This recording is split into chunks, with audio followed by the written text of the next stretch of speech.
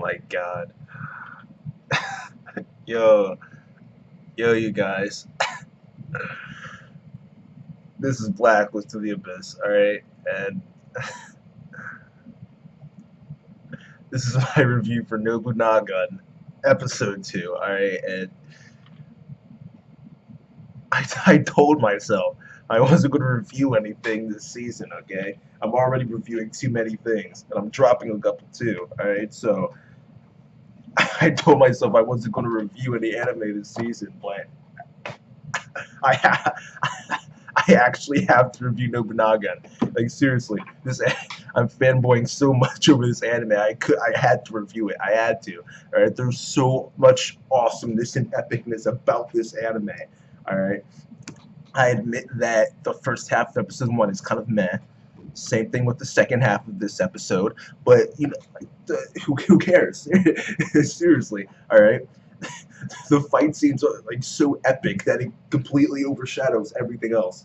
All right, I love everything about these fight scenes. All right, the way the animation changes and the colors and everything. The fact that it's freaking Oda Nobunaga. All right, this dude is in the freaking opening in front of this blue background. I swear to God, yo, Oda Nobunaga has never looked this good before. Seriously, he's never looked so cool. All right. People use Oda Nobunaga all the time in anime and manga. All right, this season alone, we've got both Nobunagun and we've got Nobunaga the Fool. Last year at some point we got Oda Nobunaga no Yaba. Well, the English name is The Ambitions of Oda Nobunaga. Plus, there have been other series using Oda Nobunaga as well. This guy is used all the time, and this guy has never looked so cool before. Sitting there in the opening with a gun over his shoulder, yo.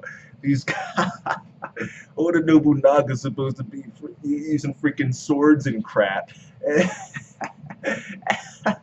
And these guys freaking changed history just so that he could use the freaking three-line volley. Yo, this anime is so freaking epic, I swear. That three-line volley. He freaking talks to Shio, and he's like, hey, if one line isn't enough, then two. So all of a sudden she pulls out another freaking gun out of there. Hey, if two isn't enough, then three. She gets one over freaking head. Yo, the three-line volley. Oh my god. Yo, this anime is just so epic. It's unbelievable. All right, I love the fact that they're using his historical figures too, which actually Nobunaga the Fool uses it as well. Though I've only seen one episode's worth because I don't feel like watching more than that. It's just too much going on and too much craziness and genres and things like that. Freaking robots came out of nowhere. Yeah, I was done with that. Yeah, no. All right, but I love the use of historical figures in here. You've got freaking Jack the Ripper, Isaac Newton, yo, Gandhi.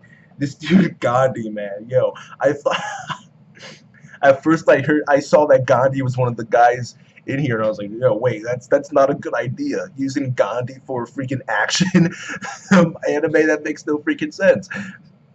But then I watched it, and then it was actually really freaking cool. This dude comes up here and like stops everything. Yeah, it's very fitting for him, so that's pretty cool. And in the freaking opening, you see Geronimo, yo.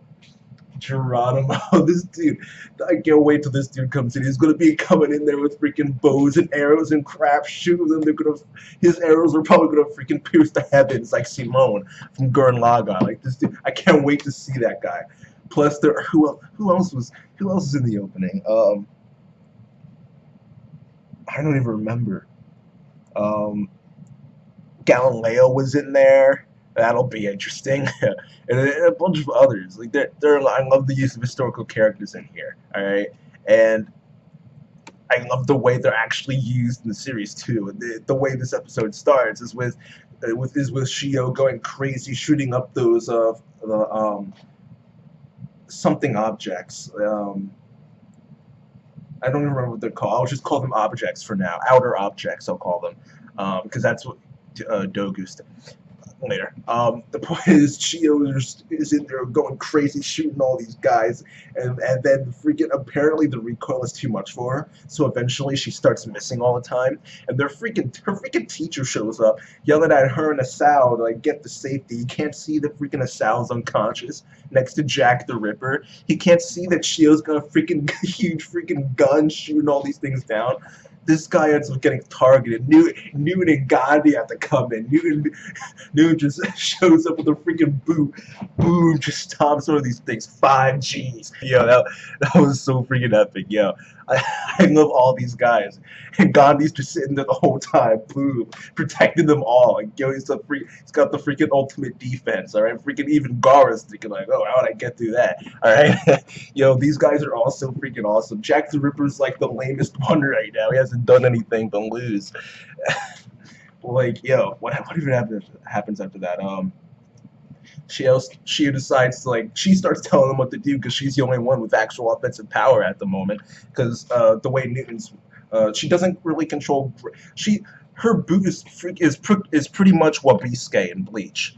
Izuru Kira's Zanpakuto Wabisuke. So whenever she hits something, she can make it lighter or heavier. I guess. I think she can make it lighter. I think she could just change the weight of things pretty much. Right? So she can't actually like control gravity, like, you know, boom, like, yeah. All right, so that's it. So she doesn't technically have any real offensive power. So Shio's pretty much making up this plan. She decides she's going to focus on offense. Gandhi is going to protect Jack and Asao because Jack can't do anything right now. All right, and then Newton is going to back up Shio. And then she used freaking like 3 Gs on her so to make her heavier. And by doing that, now the recoil doesn't move her around as much. It's not as bad. So now her aim is much more accurate, and that's when the freaking 3-line volley comes in. Yo, I love this freaking series. I'm fanboying so much over it. Yeah, and then even after that, while she's still heavy, she jumps in the air all over the place and starts shooting them up some more. Yo, now, yeah, at the end of the day, I think her count was like 202. That's how many she beat.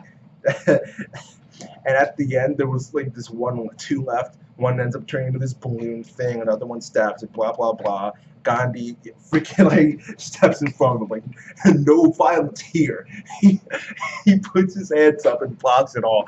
So yeah, I'm liking Gandhi. I'm liking Gandhi. I'm liking Shio. I'm liking Newton. I'm liking Jack the Ripper too. I want to see freaking Geronimo and yo, dude, I'm loving this anime so far. All right, the action, really, that's it. Like the other stuff, like, it's man, like they're doing this pairing of Asao and Shio. It's like some type of Yuri.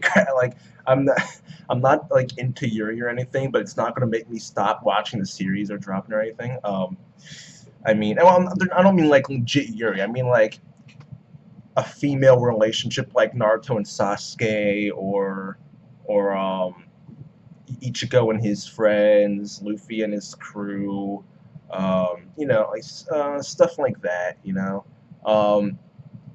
Actually, a good example would be in Bimbo Gami Ga, because there are 2 girls as well. The relationship between Sakura, Ichigo, and Momiji. So yeah, there you go. That's probably what their relationship is going to be. 2 real good friends that freaking like blush around each other and stuff. All right. But at the end, I'm not going to talk about like all the stuff that happened there. It's like, who cares, all right? But the gist of it is that Shio has to decide whether or not to join Nogu, which stands for the Defense Organization Against Outer Objects, which is why I'm calling them Outer Objects. It was something else, like Invasion Objects, something with an I, but whatever. Just call them Outer Objects for now. And it's, you know, it's not an easy choice to make. I mean, it's really hard to, like, imagine it would be the equivalent of like you or me deciding, like, trying to figure out whether or not we should join the military or something. Right? That's not an easy decision to sacrifice your own, because it's not like people go into the military thinking like, oh yeah, there's no way I'm gonna die here. There's no way I'm gonna seriously injure myself here. You know, like you go into it trying to convince yourself like, you know, there's a very good chance I could die here or get injured or something. You know. So, you know I wouldn't join the military if I could avoid it.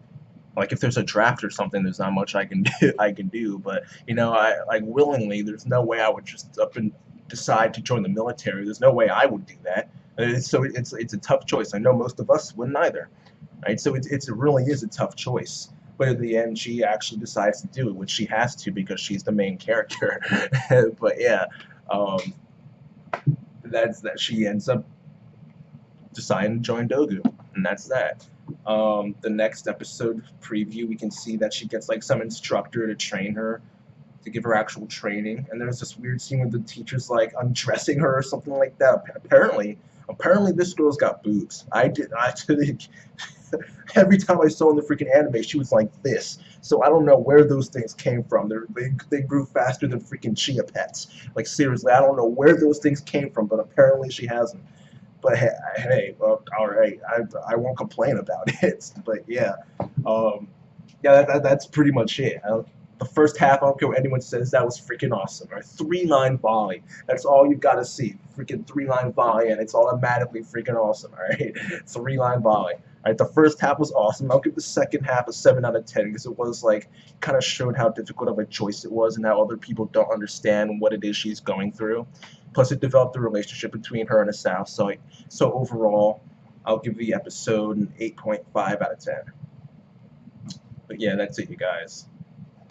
Rate, comments. Oh, I'll review this regularly too. I got freaking 3 things on Sunday now. Jesus. That's it for now, you guys. Rate, comment, subscribe, and I'll see you guys next time.